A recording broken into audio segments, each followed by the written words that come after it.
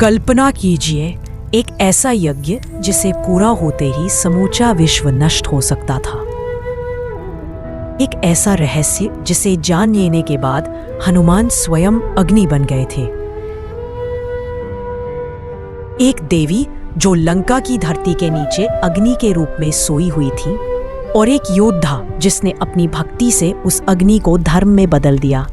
यह कथा है देवी निकुंभिला और हनुमान की, जहां अग्नि केवल जलाने के लिए नहीं बल्कि धर्म की रक्षा के लिए प्रकट हुई थी।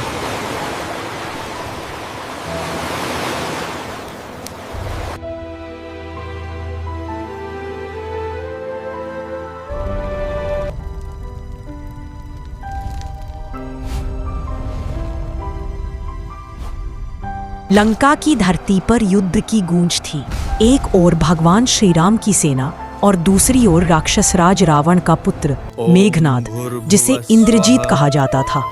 कहा जाता है इंद्रजीत को कोई नहीं हरा सकता था जब तक वह अपनी कुलदेवी निकुंभिला की पूजा पूरी न कर ले। देवी निकुंभिला लंका की भूमिगत अग्नि देवी, जिनके मंदिर में केवल रावण कुल का ही कोई सदस्य प्रवेश कर सकता था। कहा जाता है जब उनका यज्ञ पूरा हो जाता तो देवता भी उनकी शक्ति से भयभीत हो जाते।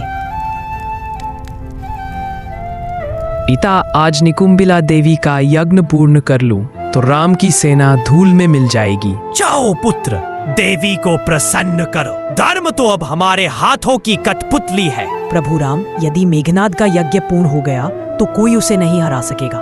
उसे रोकना ही होगा। राम लक्ष्मण की ओर देखते हैं, हनुमान आगे बढ़ते हैं।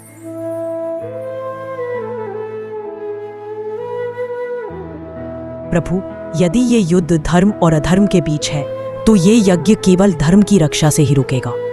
रात का समय लंका की धरती लाल आग से दमक रही थी। मेघनाद अपने हाथ में अग्निकुंड लिए मंत्रोच्चार कर रहा था। हनुमान ने रूप बदल लिया, ब्राह्मण का वेश धारण किया। वह मंदिर के पास पहुंचे और देखा मेघनाद मंत्र बोलते हुए अग्नि में अपनी शक्ति समर्पित कर रहा है। देवी निकुंभिला, मेरे शत्रु नष्ट हों और मुझे वह वर दो कि कोई मुझे युद्ध में हरा ना सके। अचानक अग्नि लपटों में एक दिव्य स्त्री का रूप प्रकट हुआ। आंखों में तेज, करों में कमल और अग्नि शक्ति। मेघनाद, यदि तेरा मन धर्म में होता तो मैं तुझे वरदान देती, पर तेरा हृदय अहंकार से भरा है। याद रख, अग्नि केवल शक्ति नहीं, संयम भी मांगती है। मेघनाद जैसे ही पीछे मुड़ा, हनुमान का भेष टूट गया। वायु में गरजते हुए उन्होंने कहा, देवी, यदि आप धर्म की साक्षी हैं तो इस अधर्म के यज्ञ को रोको। तो न्याय की अग्नि मुझे सौंप दो। माता, हनुमान बोले। देवी मुस्कुराई, उनकी आंखों में अग्नि की लौ थरथराई। वत्स, यदि तू धर्म का सेतु है तो आज से मेरी अग्नि तेरे भीतर जलती रहेगी। क्षण भर में देवी की ज्वाला हनुमान में समा गई। उनका शरीर दमक उठा और उसी क्षण उन्होंने यज्ञ कुंड में प्रचंड कूद लगाई। पूरा निकुंभिला मंदिर जल उठा।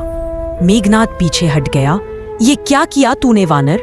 हनुमान बोले, ये अग्नि अब धर्म की बन चुकी है, अधर्म की नहीं। मेघनाद का वरदान टूट गया। अगले ही दिन लक्ष्मण ने रणभूमि में उसे परास्त कर दिया।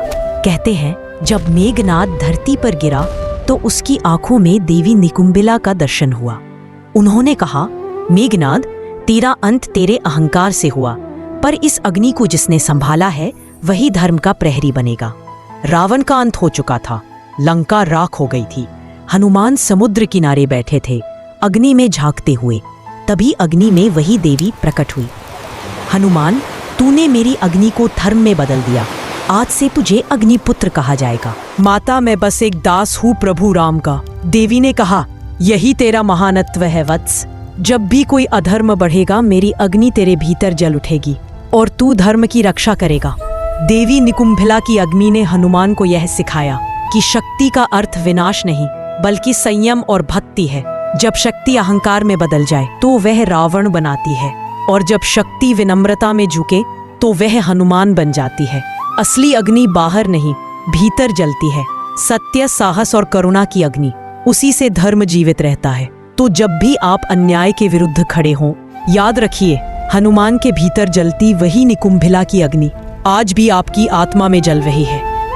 अगर आपको यह कथा ज्ञानवर्धक और प्रेरणादायक लगी तो इसे दूसरों तक जरूर पहुंचाएं, क्योंकि धर्म की अग्नि तब तक जीवित रहती है जब तक कोई उसे सुनने और समझने वाला हो। Thanks for watching my YouTube channel. अगर आपको हमारी कहानी अच्छी लगी हो तो हमारे वीडियो को एक लाइक करें, हमारे चैनल को सब्सक्राइब करें और बेल आइकॉन को प्रेस करें। जय महादेव।